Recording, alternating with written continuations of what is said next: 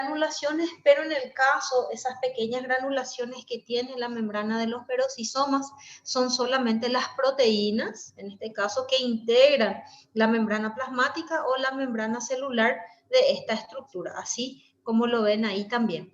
En el caso, dependiendo del tipo de célula en el que se encuentran, por ejemplo, en las células del riñón, en las células hepáticas, dependiendo del tipo de célula en el que se encuentran, así como las mitocondrias, el número tiende a variar. Acá les coloqué que aproximadamente existen entre 70 a 100 peroxisomas por célula, pero lógico que eso depende de la actividad celular y del tipo de célula. Entonces no le puedo decir así con certeza la cantidad, pero en órganos o en estructuras, en tejidos, por así decirles, que tienen una intensa o un intenso proceso, por ejemplo, de filtración, de absorción, como los peroxisomas son estructuras que realizan detoxificación, son estructuras que participan en los procesos de beta-oxidación, ¿verdad? Que sería la quiebra de los ácidos grasos. Entonces, en esos tipos de tejidos o en esos tipos de células son las que se encuentran más desarrolladas o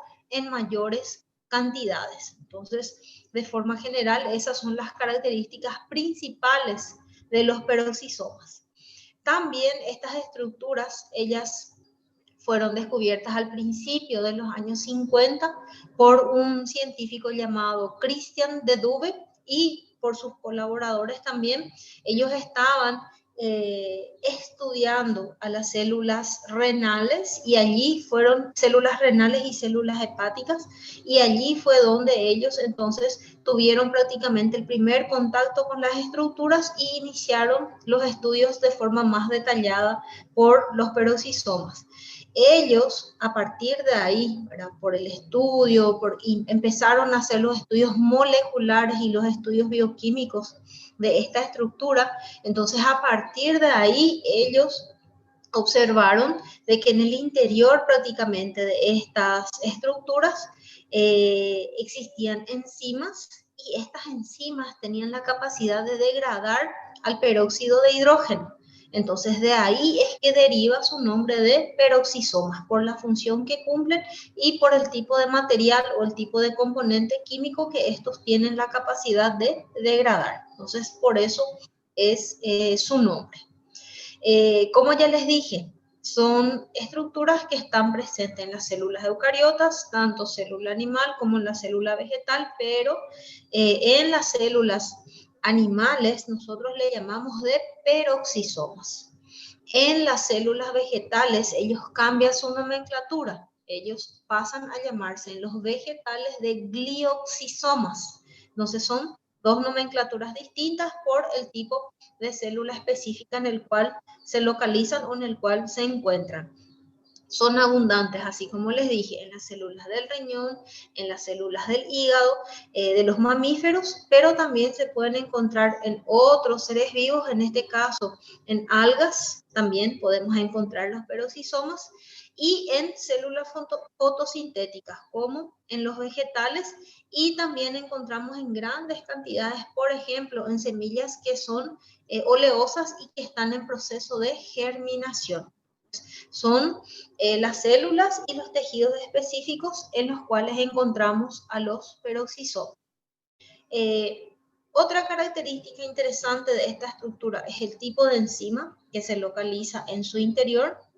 Son enzimas oxidativas, son enzimas del tipo catalasas y oxidasas, para ser más específica.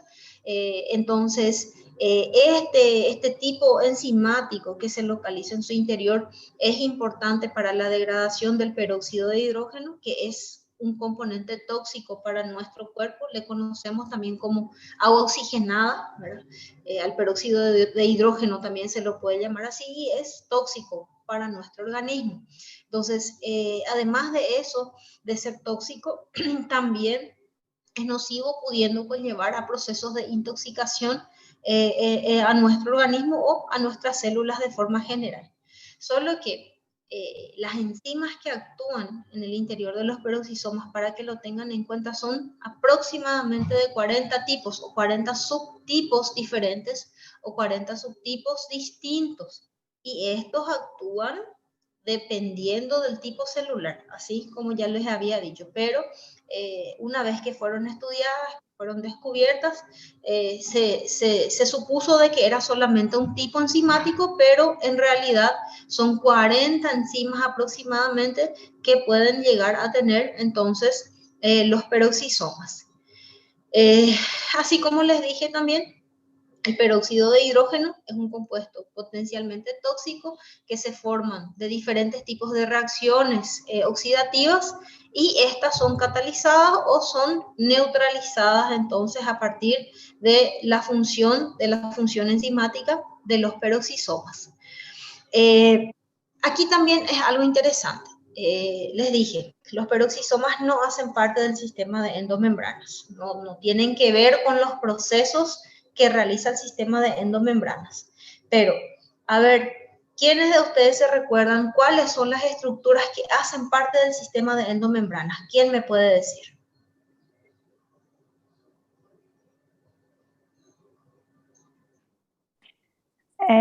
A senhora pergunta as organelas ou Sí. citoplasma, as Las organelas? organelas que hacen parte del sistema de endomembranas. Los retículos endoplasmáticos, Sí. el líquido rugoso, la mitocondria. Sim. Mitocondria Aparato de no. Golgi. Aparato de Golgi, sí. Mitocondria no. Solo los otros. Ah, sí, porque Sí. hace... cierto.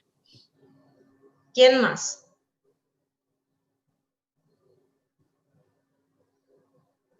Bueno, entonces Aparato de Golgi, sim, né? Sí, aparato de Golgi, sí.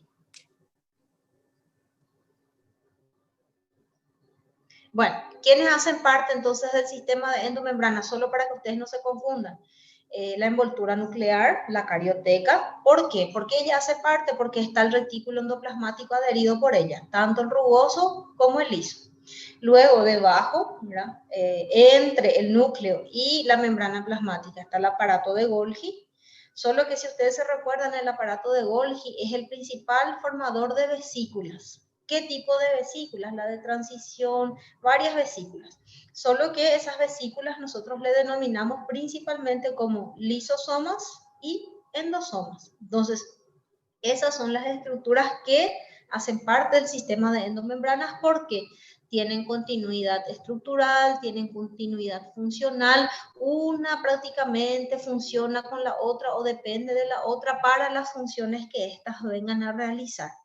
En el caso, los peroxisomas no, ellos no participan de ninguna actividad relacionada con esas otras estructuras. En el caso, el retículo rugoso, el retículo liso, el complejo de Golgi, él no participa de funciones relacionadas a esas estructuras.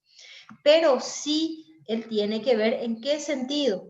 Es que las enzimas que existen en su interior son producidas por el retículo endoplasmático rugoso. Entonces, el retículo, él produce las enzimas que posteriormente son incorporadas y son utilizadas por estas estructuras vesiculares, porque se le llaman también como siendo estructuras vesiculares para la célula. Entonces, además de eso, ¿verdad? En la mayoría de las veces, principalmente en las células del hígado y en las células del riñón, como son las que más tienen, por ejemplo, peroxisomas, como el retículo endoplasmático, él necesita producir proteínas que hacen parte del sistema de endomembranas, entonces el que en esos tipos celulares, riñón y en las células del hígado, realiza la producción de las enzimas de los peroxisomas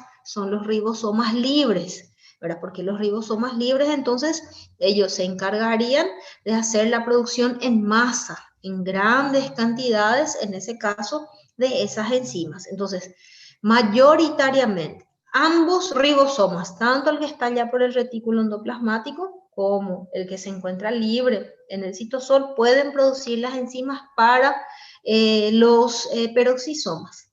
Pero los peroxisomas hepáticos y los peroxisomas del riñón, ¿verdad?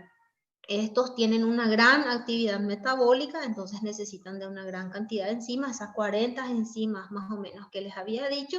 Entonces los ribosomas libres son los que tienen la capacidad, mayor capacidad de producción, las enzimas que esta estructura lo necesita. Dependiendo del tipo de célula o dependiendo del tipo de tejido, nosotros también tenemos una clasificación de los peroxisomas, del tipo 1, del tipo 2, del tipo 3, pero en este caso nosotros no vamos a citarlo, vamos a irnos nomás así más de forma general, ¿ok?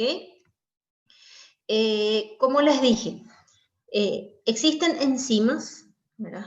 Oxidativas y existen enzimas catalasas en el interior de los peroxisomas. Pero la principal enzima de todas las otras 40, de los otros subtipos de enzimas que existen en él, es la catalasa.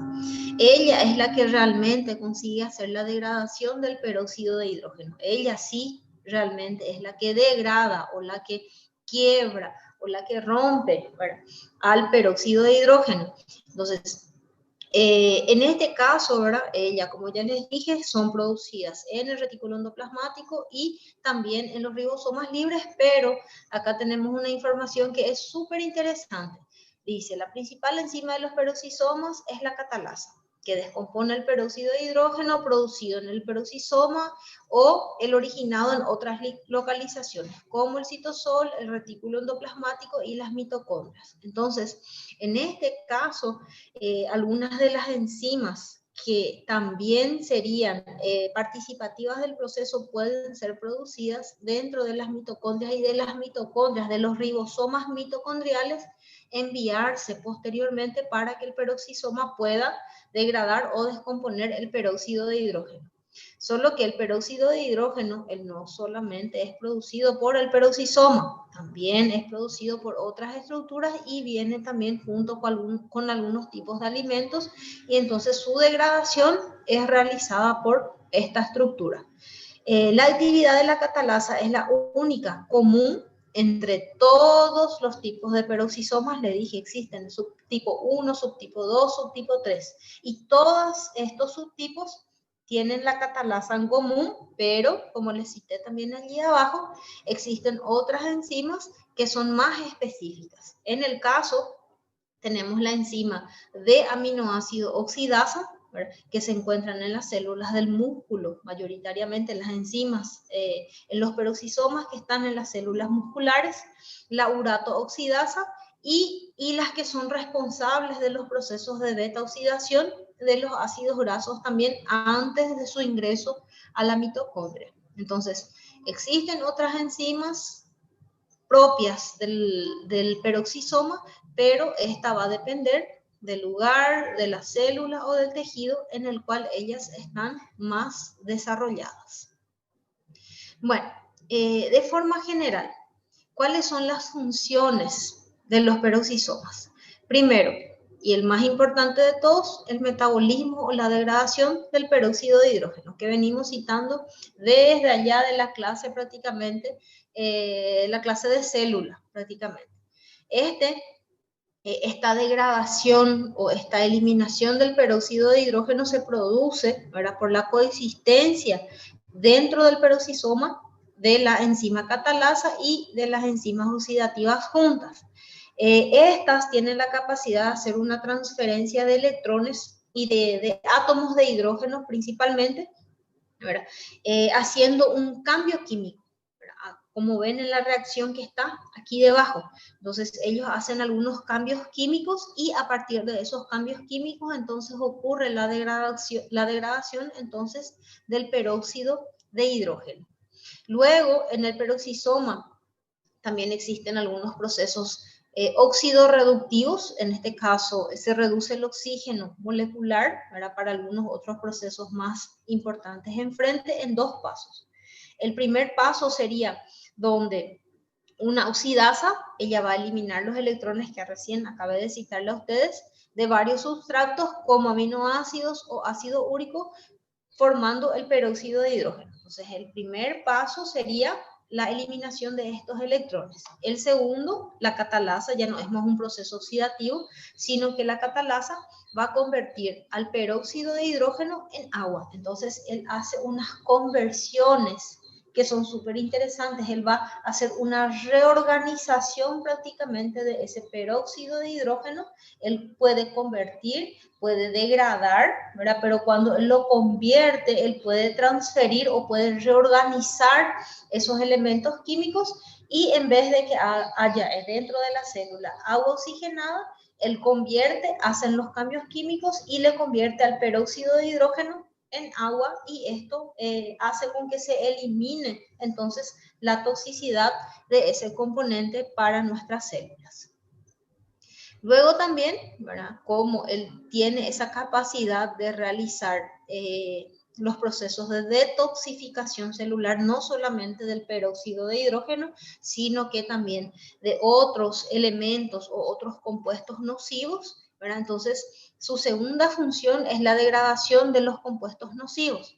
Así como les puse ahí, la catalasa, ella también tiene la capacidad de participar de la neutralización de los aniones superóxidos, ¿verdad? Los llamados radicales libres. Estos radicales son eliminados en forma de agua por el superhidróxido dismutasa, y luego la catalasa del peroxisoma lo va a ir convirtiendo, lo va a ir reorganizando nuevamente en agua y en oxígeno también. Entonces, ¿qué pasa? Nuestro organismo, él tiene la capacidad de acumular los llamados radicales libres, que son componentes nocivos o compuestos nocivos. Eso depende del ambiente donde uno está, depende del tipo de alimentación, depende del tipo de vida que cada uno de nosotros tenemos. Entonces, estos radicales libres con el tiempo tienden a conllevar a procesos patológicos a nuestro cuerpo. Los peroxisomas, nosotros entonces dentro de nuestras células tenemos estructuras específicas que pueden y tienen la capacidad de eliminar entonces esos compuestos nocivos, en este caso los radicales libres. Y estos lo hacen de forma de reorganización química. Es lo mismo que yo tengo dos monedas, ¿verdad? O tengo 2.000 guaraníes y le convierta esos 2.000 guaraníes en 4.000. Es una reorganización, por ejemplo. O un billete de 2.000, yo le convierta en dos monedas de 1.000 guaraníes. Es el mismo compuesto, pero lo estoy reorganizando. Entonces, los peroxisomas, ellos realizan o ellos hacen eso con estos compuestos nocivos. Ellos hacen una organización o una reorganización química para que estos compuestos nocivos no conlleven a problemas patológicos más enfrente. ¿Okay? No sé si me estoy consiguiendo explicar. ¿Están entendiendo? Profe, você falando muito rápido. ¿Cómo? Você está falando muito rápido, eu estou com dificuldade para assimilar. Vos sabés que a mí me parece, Patrick, que yo estoy hablando tan normal, tan despacio. Suelo hablar 10 veces más rápido que esto. Pero Parecendo um disculpa, me áudio de voy a... WhatsApp 4 vezes, profe. ¿Cómo? Para mim está parecendo um áudio de WhatsApp em 4 vezes. Ah, la pucha, Patrick, tan exagerado así. Não é fácil, professor. A gente até acostumar, vai demorar um pouco. Tienen que acostumbrarse. Vos sabés que yo estoy hablando, como dicen ustedes, en la velocidad 1 del WhatsApp. Yo suelo hablar mucho más rápido de lo que es la clase de hoy. Un segundito solamente, voy a solo responder algo acá, atender el teléfono, tengo una llamada. 1 minuto. Y Tá bom, profe.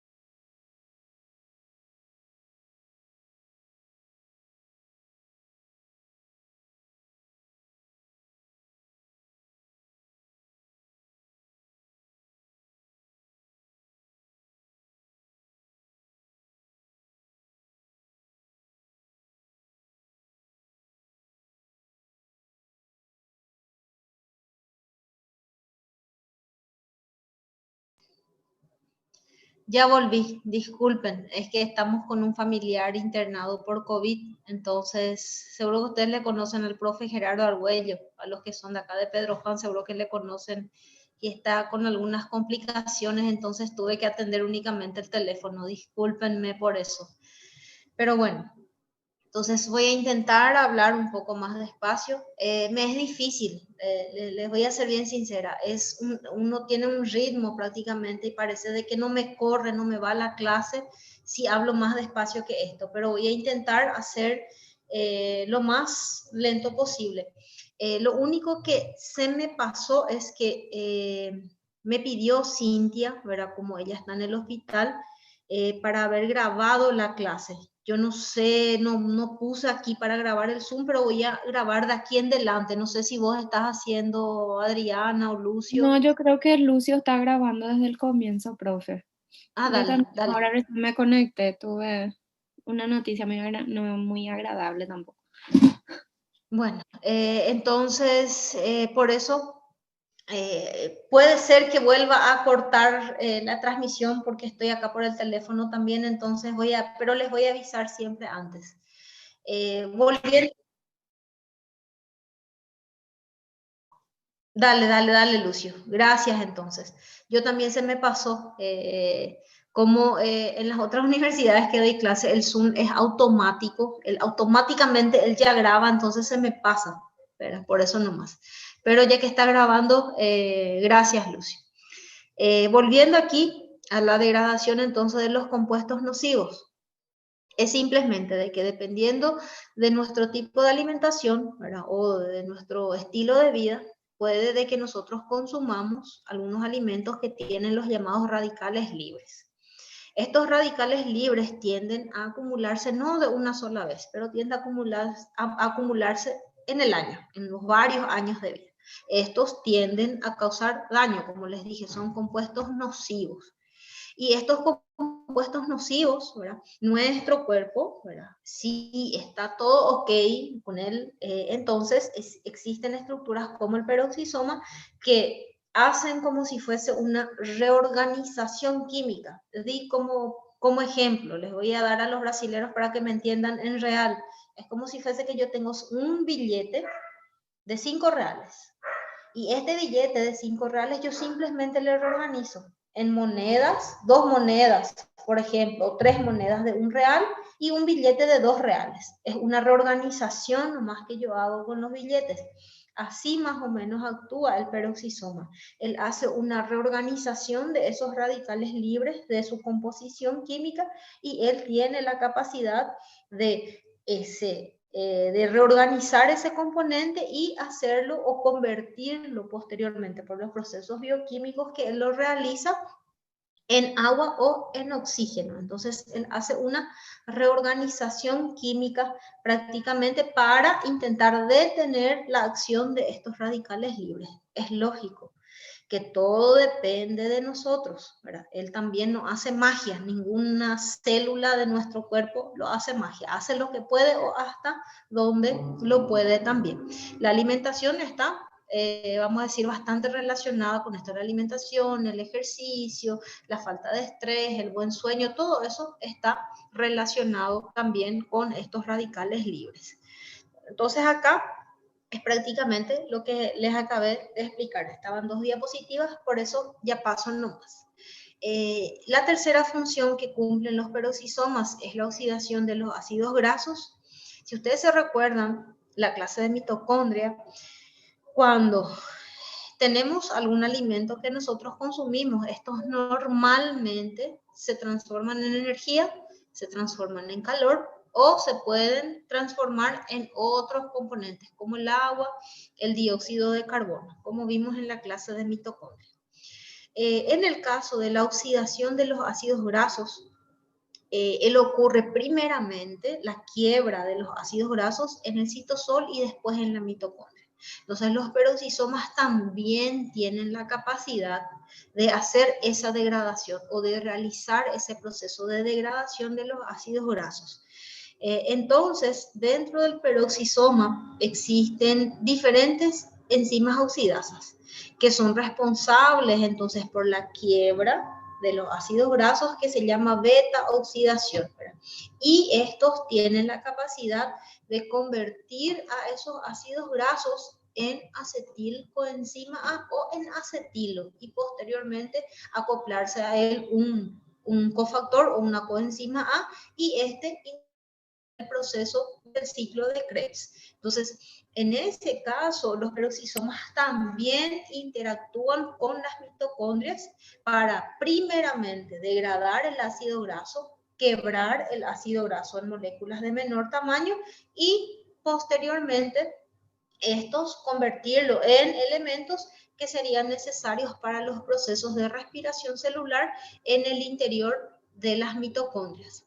Se estima que entre el 25 al 50% de la oxidación de los ácidos grasos en los tejidos animales ocurre dentro de los peroxisomas y el resto tiende a ocurrir posteriormente dentro de las mitocondrias. Pero, como les dije, normalmente o comúnmente él suele ocurrir dentro de los peroxisomas, que sería agarrar las gorduras, las grasas, los lípidos, quebrarlo en menores tamaños para que estos sean posteriormente transformados en ATP para la célula.